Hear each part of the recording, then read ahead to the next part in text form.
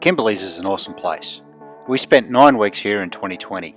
9 weeks of corrugated roads, turquoise beaches, ancient rivers cutting deep into the earth forming impressive gorges, tides so big that they create horizontal waterfalls, deadly snapping handbags, and lots of savannah.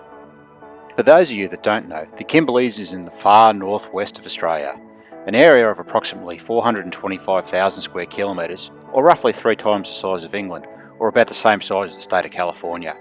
It's one of the oldest inhabited areas of Australia, with evidence of people being here for over 40,000 years.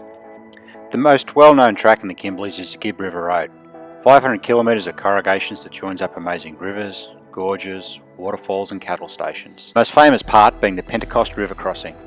Unfortunately, when we crossed, there was bugger all water, so not a very spectacular photo, but still, the Coburn Ranges in the background were still pretty impressive.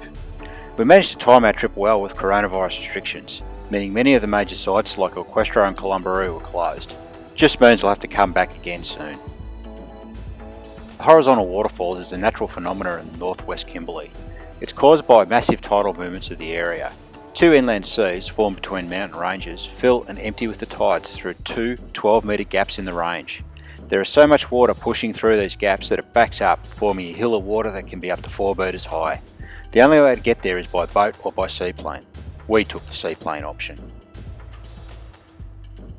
Kununurra was a major surprise for us. It is a town that is only here because of the Ord River scheme, which in the 1970s built Lake Argyle, a massive freshwater lake that is over 20 times larger than Sydney Harbour. From this lake, a fruit and veggie mecca was born, and Cunners is the centre of it all. Driving up to Lake Argyle, we were within spitting distance of the Northern Territory border. If you look carefully, you can see McGowan's wall of iron ore, keeping us safe, but stalling our big lap at the same time. Cunners is also a great jumping off point to head north. Areas like Cape Domet are wild, remote and gorgeous. It took us 4 hours to travel 130 odd kilometres to get there, but it was well worth every minute.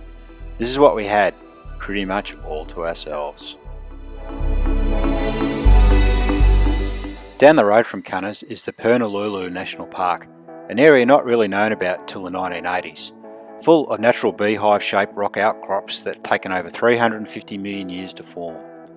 Also known as the Bungle Bungles, it's worthwhile walking through and taking in the amazing gorges, but it's equally worthwhile taking to the air so you can see the entire extent of the park.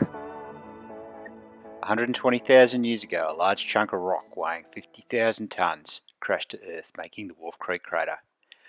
It's 85 metres around, 20 metres deep. This is a bloody big scar on a flat and featureless patch of land. This crater is the scene of a major horror movie. Luckily though, it's just a fictional story. But being so far from anywhere, you wonder, is it really just a story?